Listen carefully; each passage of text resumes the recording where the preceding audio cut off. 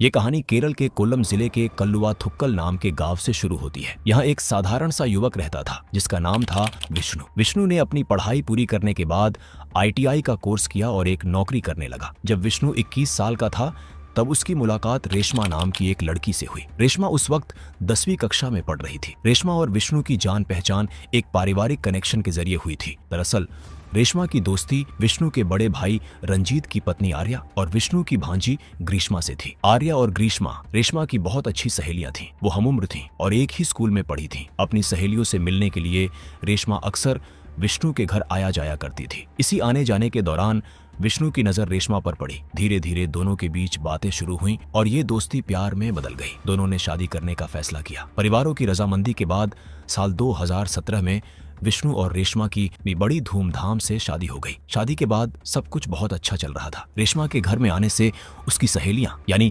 आर्या और ग्रीष्मा भी बहुत खुश थीं। इनकी दोस्ती पहले से कहीं ज्यादा गहरी हो गई थी। शादी के कुछ समय बाद रेशमा ने एक प्यारी सी बेटी को जन्म दिया। घर में खुशी का माहौल था। विष्णु और रेशमा अपनी छोटी सी दुनिया में बहुत खुश थे, लेकिन किसे पता था कि ये खुशी ज्यादा दिन तक नहीं टिकने वाली है। समय बीतता गया। एक दिन रेशमा ने विष्णु से एक एंड्रॉइड स्मार्टफोन की मांग की। पहले वो एक साधारण फोन इस्तेमाल करती थी, लेकिन अब उसे भी इंटरनेट की दुनिया देखनी थी। अपनी पत्नी की खुशी के लिए विष्णु ने उसे एक नया स्मार्टफोन दिला दिया, लेकिन यही वो पल था जहां से उनकी जिंदगी बदलने वाली थी। स्मार्टफोन हाथ में आते ही रेशमा की दुनिया बदल गई। वो सोशल मीडिया, खास तौर पर फेसबुक की दुनिया में खोने लगी। धीरे धीरे उसे मोबाइल की ऐसी लत लग गई कि उसे घर गृहस्थी और परिवार के बाकी कामों का भी होश नहीं रहता था। वो घंटों तक फोन में ही लगी रहती। विष्णु को ये बात खटकने लगी। जब भी विष्णु घर आता वो देखता कि रेशमा फोन में व्यस्त है। इस बात को लेकर दोनों के बीच कहासुनी होने लगी। विष्णु उसे समझाता कि वो फोन का इस्तेमाल कम करे और परिवार पर ध्यान दे, लेकिन रेशमा पर इसका कोई असर नहीं होता था। रेशमा की ये आदत सुधरने के बजाय और बिगड़ती चली गई। दिन बीतते गए, महीने गुजर गए और साल 2020 आ गया। कोरोना महामारी का दौर शुरू हो चुका था और लोग घरों में कैद थे। ऐसे में रेशमा का मोबाइल प्रेम और भी ज्यादा बढ़ गया। विष्णु और रेशमा के बीच अब अक्सर झगड़े होने लगे थे, लेकिन रेशमा अपनी दुनिया में ही मग्न थी। साल 2020 के बीच में एक ऐसी घटना हुई जिसने विष्णु के मन में शक का बीज बो दिया। एक दिन विष्णु के कुछ दोस्तों ने उसे फोन किया। उन्होंने बताया कि उन्होंने रेशमा को वर्कला में देखा है। वर्कला उनके घर से करीब 15 से 20 किलोमीटर दूर एक मशहूर टूरिस्ट जगह है जहां समुद्र का किनारा है। विष्णु हैरान रह गया। रेशमा ने उसे बताया ही नहीं था कि वो घर से बाहर जा रही है, और वो भी इतनी दूर। विष्णु ने तुरंत रेशमा को फोन मिलाया और पूछा कि वो कहाँ है। रेशमा थोड़ी घबराई, लेकिन उसने बहाना बना दिया कि उनकी बेटी घर में बहुत रो रही थी और परेशान कर रही थी, इसलिए वो उसे बहलाने के लिए बाहर घुमाने ले आई है। विष्णु को ये बात अजीब लगी कि बच्चे को बहलाने के लिए कोई इतनी दूर वर्कला क्यों जाएगा। फोन पर दोनों की बहस हुई, लेकिन फिर बात शांत हो गई। विष्णु खुद अपनी बाइक लेकर गया और रेशमा को रास्ते में एक जगह से पिक किया। रेशमा बस से वापस आ रही थी। उस दिन बात वहीं खत्म हो गई, लेकिन विष्णु के मन में ये सवाल रह गया कि आखिर रेशमा वहाँ क्यों गई थी। कोरोना काल में लॉकडाउन की वजह से विष्णु की नौकरी छूट गई। घर के हालात खराब होने लगे। पैसों की इतनी तंगी हो गई कि विष्णु को अपना घर बेचना पड़ा। घर बेचने के बाद विष्णु अपनी पत्नी रेशमा और बेटी को लेकर अपने ससुराल रहने चला गया। रेशमा के पिता का नाम सुदर्शन पिल्लई था। वो पेशे से एक कारपेंटर थे और उनका घर पास ही के एक इलाके में था। अब विष्णु और रेशमा वहीं रहने लगे। वक्त गुजरता गया और साल 2021 आ गया। किसी को अंदाजा नहीं था कि नए साल की शुरुआत एक भयानक घटना के साथ होने वाली है। तारीख थी 5 जनवरी 2021। रोज की तरह रेशमा के पिता सुदर्शन पिल्लई सुबह जल्दी उठे। नहाने धोने के बाद वो पूजा करने के लिए पास के ही एक मंदिर में गए। जब वो मंदिर से पूजा करके वापस लौट रहे थे तो उन्हें अपने घर के पास वाले एक सुनसान खेत से किसी बच्चे के रोने की आवाज सुनाई दी। वो ठिठक गए। उन्होंने इधर उधर देखा, लेकिन कोई नहीं दिखा। फिर वो आवाज की दिशा में आगे बढ़े। थोड़ा आगे जाने पर उन्होंने देखा कि सूखे पत्तों का एक ढेर लगा हुआ है और रोने की आवाज उसी ढेर के नीचे से आ रही थी। उनका दिल जोर से धड़कने लगा। उन्होंने तुरंत अपने दामाद विष्णु को आवाज लगाई, जो पास ही में टहल रहा था। विष्णु दौड़ता हुआ वहां पहुंचा।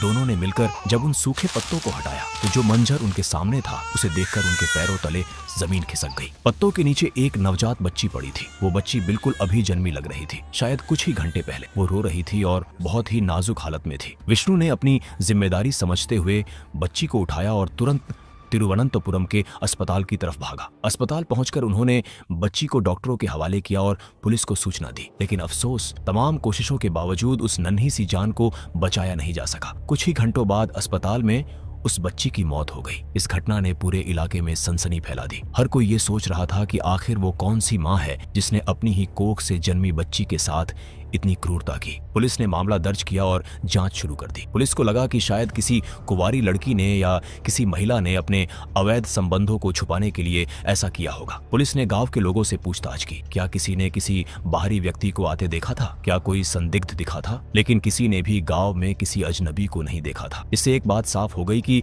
ये काम गांव के ही किसी व्यक्ति का हो सकता है। पुलिस ने एक अहम कदम उठाया। उन्होंने उस मृत बच्ची का डीएनए सैंपल लिया। पुलिस ने फैसला किया कि वो उस इलाके के सभी संदिग्ध लोगों और नवविवाहित जोड़ों का डीएनए टेस्ट करवाएगी ताकि बच्ची के माता पिता की पहचान हो सके। जांच के इस दायरे में बच्ची को बचाने वाले विष्णु और उसकी पत्नी रेशमा को भी शामिल किया गया, क्योंकि वो भी उसी इलाके में रहते थे। हालांकि पुलिस को उन पर कोई शक नहीं था, ये बस एक प्रक्रिया का हिस्सा था। डीएनए सैंपल देने के बाद मामला थोड़ा शांत हो गया। सरकारी लैब से रिपोर्ट आने में वक्त लगता है, इसलिए सभी अपनी सामान्य जिंदगी में लौट आए। इसी बीच विष्णु को अबू धाबी में नौकरी मिल गई। फरवरी के महीने में वो अपनी पत्नी और परिवार को छोड़कर पैसे कमाने विदेश चला गया। जाते जाते उसने अपनी पत्नी रेशमा को एक नया और महंगा फोन दिला दिया था ताकि वो वीडियो कॉल पर बात कर सके। जून 2021 का महीना आ गया। बच्ची की मौत को 5 महीने बीत चुके थे। तभी पुलिस के पास फोरेंसिक लैब से डीएनए रिपोर्ट आई। इस रिपोर्ट को देखकर पुलिस वालों की आंखें फटी की फटी रह गईं। रिपोर्ट में साफ लिखा था कि उस लावारिस बच्ची के माता पिता कोई और नहीं बल्कि रेशमा और विष्णु ही हैं। ये पुलिस के लिए भी एक बहुत बड़ा झटका था। वो तुरंत रेशमा के घर पहुंचे। जब पुलिस ने परिवार को बताया कि वो मरी हुई बच्ची रेशमा और विष्णु की ही थी, तो घर का हर सदस्य सन्न रह गया। रेशमा के पिता और उसकी मां को इस बात पर यकीन ही नहीं हो रहा था। उनका कहना था कि रेशमा पिछले कई महीनों से उनके साथ ही रह रही है। अगर वो गर्भवती होती तो परिवार वालों को पता कैसे नहीं चलता। एक ही छत के नीचे रहते हुए कोई अपनी प्रेगनेंसी कैसे छुपा सकता है। रेशमा की मां ने पुलिस को बताया कि रेशमा की सिर्फ एक ही बेटी है जो 3 साल की है। उसके बाद वो कभी गर्भवती नहीं हुई। लेकिन साइंस झूठ नहीं बोलता। डीएनए रिपोर्ट 100% सही थी। पुलिस को यकीन हो गया कि रेशमा ही मुजरिम है। पुलिस ने रेशमा को गिरफ्तार कर लिया। पुलिस हिरासत में जब रेशमा से सख्ती से पूछताछ की गई तो वो टूट गई और उसने जो सच उगला वो किसी फिल्मी कहानी से भी ज्यादा अजीब था। रेशमा ने कबूल किया कि वो बच्ची उसी की थी। उसने ही 5 जनवरी की सुबह घर के बाथरूम में उस बच्ची को जन्म दिया था और फिर चुपके से उसे घर के पीछे खेत में ले जाकर सूखे पत्तों के नीचे छुपा दिया था ताकि वो मर जाए। लेकिन सवाल ये था कि एक माँ ऐसा क्यों करेगी और पति के साथ रहते हुए भी उसने ये बात क्यों छुपाई। रेशमा ने बताया कि ये सब फेसबुक की वजह से हुआ। उसने बताया कि करीब 1.5-2 साल पहले उसने फेसबुक पर अपना अकाउंट बनाया था। वहाँ उसकी दोस्ती आनंदू नाम के एक लड़के से हुई। आनंदू से चैट करते करते रेशमा को उससे प्यार हो गया। वो अपने पति और परिवार से दूर होती गई और दिन रात आनंदू के ख्यालों में खोई रहने लगी। रेशमा ने बताया कि वो आनंदू से कभी मिली नहीं थी, न ही उसने कभी उसकी आवाज सुनी थी, न उसे कभी वीडियो कॉल पर देखा था। उनकी बातें सिर्फ मैसेंजर पर टेक्स्ट के जरिए होती थी। बातों ही बातों में उनका प्यार इतना गहरा हो गया कि वे साथ जीने मरने की कस्में खाने लगे। रेशमा ने आनंदू को बता दिया था कि वो शादीशुदा है, लेकिन आनंदू ने कहा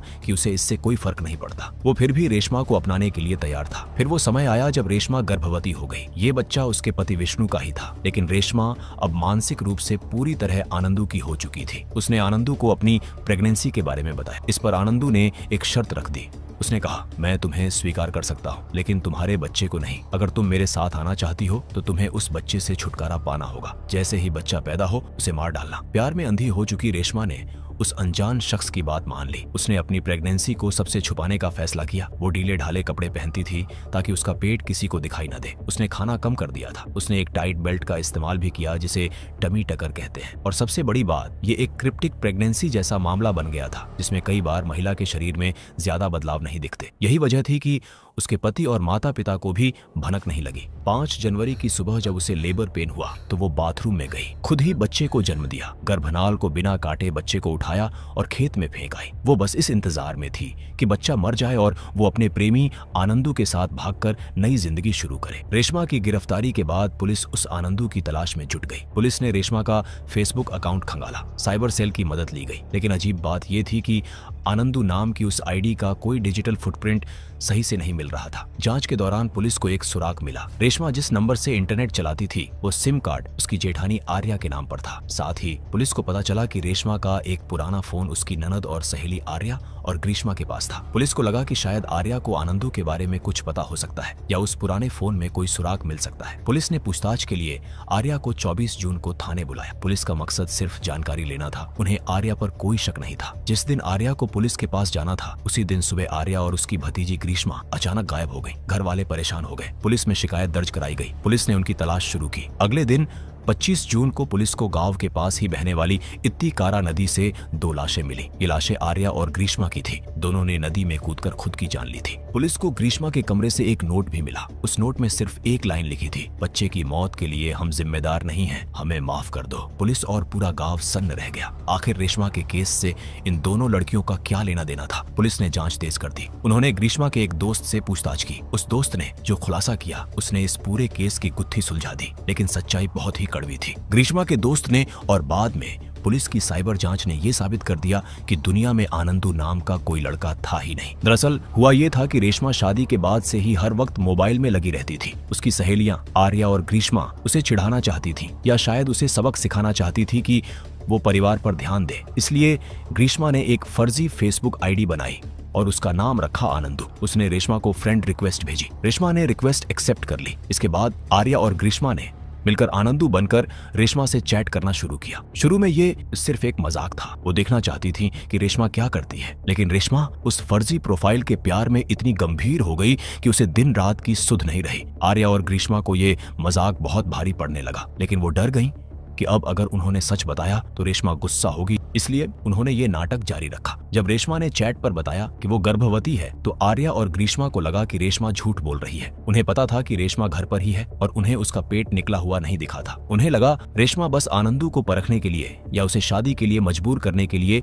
प्रेगनेंसी का नाटक कर रही है। इसलिए उस झूठ का जवाब देने के लिए उन्होंने आनंदू बनकर मजाक में कह दिया कि अगर बच्चा है तो उसे मार डालो, तभी हम साथ रह पाएंगे। उन्हें सपने में भी अंदाजा नहीं था कि रेशमा सच में गर्भवती है और वो सच में उनके कहे अनुसार अपने बच्चे को फेंक आएगी। जब रेशमा पकड़ी गई और पुलिस ने आर्या को पूछताछ के लिए बुलाया, तो आर्या और ग्रीष्मा बुरी तरह डर गईं। उन्हें एहसास हो गया कि उनके एक प्रैंक की वजह से रेशमा ने अपने बच्चे को मार डाला है। उन्हें लगा कि अब पुलिस उन्हें ही बच्चे के कत्ल का जिम्मेदार मानेगी और उन्हें जेल जाना पड़ेगा। समाज की बदनामी और पुलिस के डर से दोनों लड़कियों ने अपनी जान देने का फैसला कर लिया और नदी में कूद गईं। इस तरह एक फेसबुक मजाक ने 3 जानें ले ली। रेशमा को जब जेल में पता चला कि आनंदू कोई और नहीं बल्कि उसकी अपनी सहेलियां थी, तो उसे गहरा सदमा लगा। उधर विष्णु, जो विदेश गया था पैसे कमाने, जब लौटा तो उसकी दुनिया उजड़ चुकी थी। उसकी पत्नी जेल में थी, उसकी बच्ची मर चुकी थी, उसकी भाभी और भांजी मर चुकी थी, पूरा परिवार बिखर गया था। आज रेशमा जेल की सलाखों के पीछे अपने किए की सजा काट रही है। दोस्तों,